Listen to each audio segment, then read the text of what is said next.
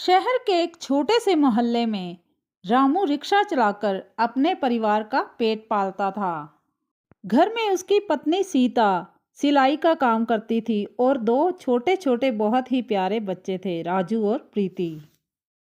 परिवार बहुत गरीब था, लेकिन उनके दिल में उम्मीदें बहुत ही बड़ी थी।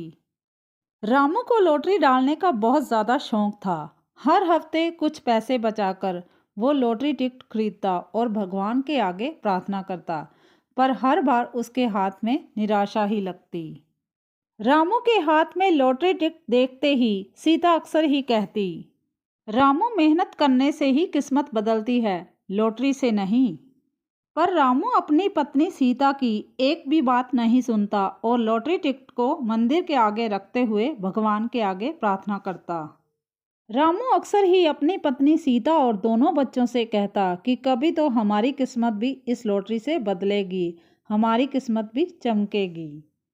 लेकिन सीता और दोनों बच्चों को भगवान के ऊपर और अपनी मेहनत पर बहुत ज़्यादा भरोसा था और वो सोचा करती थी कि कभी तो हमारे दिन भी बदलेंगे, हमारे दिन भी अच्छे आएंगे। सीता पूरे दिन घर में सिलाई करने के साथ साथ घर के छोटे मोटे काम करती, अपने बच्चों को अच्छा खाना बनाकर खिलाती।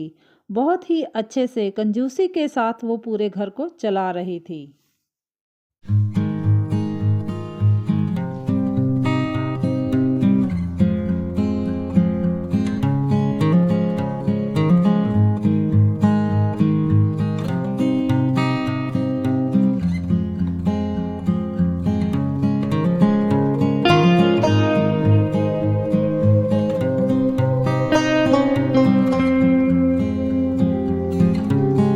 सर्दियां शुरू होते ही एक दिन बहुत ज़्यादा तेज़ बारिश हुई। रामू उस दिन पूरी तरह बारिश में भीग गया और उस दिन उसने 1 रुपया भी नहीं कमाया और खाली हाथ अपने घर वापस लौट गया।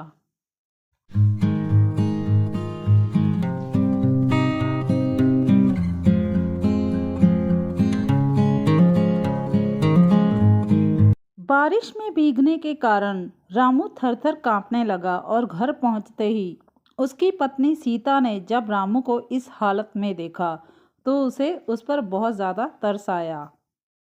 सीता ने जल्दी से अंगीठी में आग जलाई और गरम मूंगफली रामू को खिलाई ताकि रामू को सर्दी ना लगे। और साथ ही सीता ने रामू से कहा कि मेरे पास सिलाई के बचे हुए कुछ पैसे हैं, तुम कल सुबह से ही ऑटो रिक्शा खरीद लो ताकि सर्दी में तुम्हें काम करने में कोई भी दिक्कत ना आए। पर रामू ने अपनी पत्नी सीता से कहा कि कोई बात नहीं, तुम अपने पैसे अपने पास रखो, फिर कभी काम आएंगे, मैं पिताजी से अभी कुछ हेल्प मांगता हूँ। अगले ही दिन रामू अपने माता पिता से कुछ पैसे उधार मांगने के लिए गया। रामू के माता पिता के पास पहले की कुछ जमा पूंजी थी। उन्होंने बहुत ही खुश होकर अपने बेटे की हेल्प की और रामू ने भी अपने पिताजी से पैसा उधार के रूप में लिया और जल्द ही लौटाने का वादा भी किया। रामू ने उस दिन शाम को ही अपनी नई ऑटो रिक्शा खरीद ली और सबसे पहले वो अपने माता पिता के पास ही नई ऑटो रिक्शा लेकर घर में पहुंचा। रामू को नई ऑटो रिक्शा में बैठे देख उसके माता पिता बहुत ज़्यादा खुश हुए। उन्हें बहुत ही ज़्यादा खुशी हुई और साथ ही सबने मिलकर भगवान जी का बहुत ज़्यादा धन्यवाद किया। उस दिन रामू भी अपनी नई ऑटो रिक्शा को पाकर मन ही मन बहुत ज़्यादा खुश था। अगले ही दिन रामू ने एक स्कूल में बच्चों को स्कूल छोड़ने का काम पकड़ लिया। अब रामू का काम अच्छे से चलने लगा। हर महीने स्कूल की तरफ से रामू को अच्छे खासे पैसे मिलने लगे और रामू के हालात पहले से बेहतर होने लगे। रामू को तंदूरी चिकन खाना बहुत ज़्यादा पसंद था। अब रामू हर दूसरे तीसरे दिन घर में बच्चों के लिए और अपने लिए तंदूरी चिकन लेकर आता और बहुत ही खुशी के साथ उसे परिवार के साथ एंजॉय करता। पर रामू ने अभी तक लॉटरी टिकट खरीदने वाली अपनी बुरी आदत नहीं छोड़ी, जिसके कारण उसकी पत्नी सीता कभी कभी रामू के ऊपर बहुत ज़्यादा नाराज़ होती।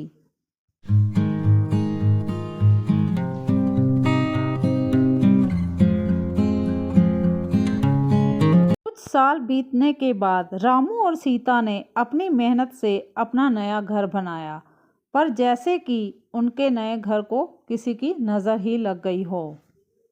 नया घर बनने के तुरंत बाद ही सीता ने जब घर के बाहर की सफाई करनी शुरू की तो सफाई के दौरान ही सीता के पैर में कुछ नुकीली चीज़ आन लगी। उस नुकीली चीज़ के पैर में लगने के कारण सीता की हालत बहुत ज़्यादा खराब हुई और वो चिल्लाते हुए वहीं पर गिर पड़ी। सीता की बेटी प्रीति भागकर आई और उसने अपनी माँ को जैसे तैसे संभाला और डॉक्टर के पास लेकर गई।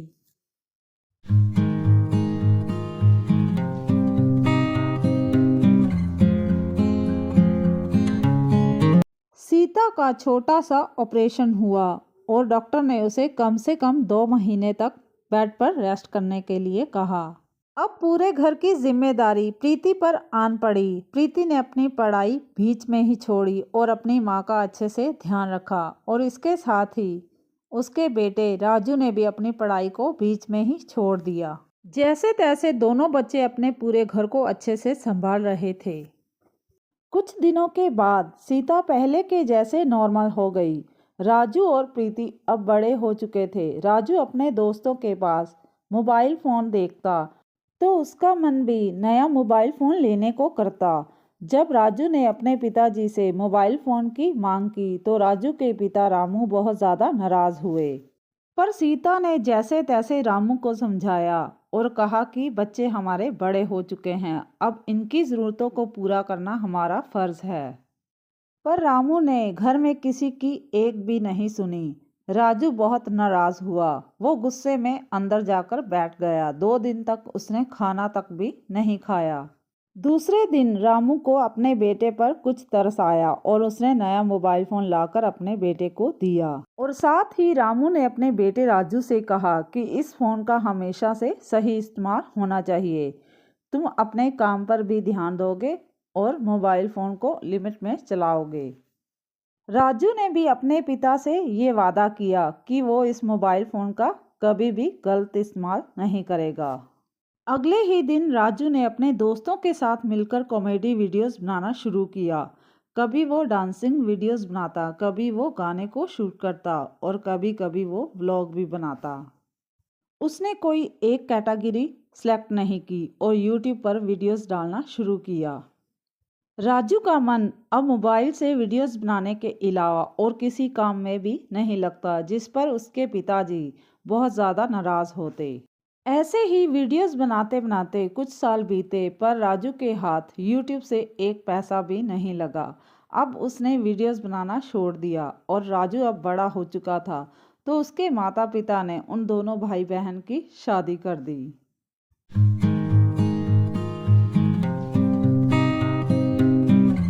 शादी के तुरंत बाद ही राजू के मन में फिर वीडियोस बनाने का ख्याल आया तो उसने फिर से अपने दोस्तों के साथ वीडियोस बनाना शुरू किया।